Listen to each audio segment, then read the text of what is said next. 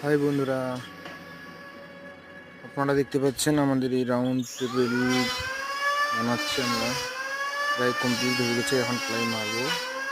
Ply মারি সানমাইকা দিয়ে চিপকে খুব সুন্দর এই টেবিলটা হয়েছে। খুব সুন্দর দেখতে।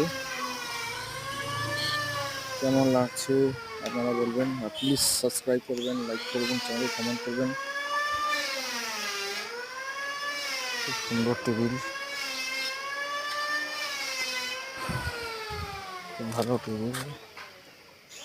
দোকানের সামনে টেবিল কাউন্টার হচ্ছে। কাউন্টার টেবিল, 3টা ড্রয়ার আছে।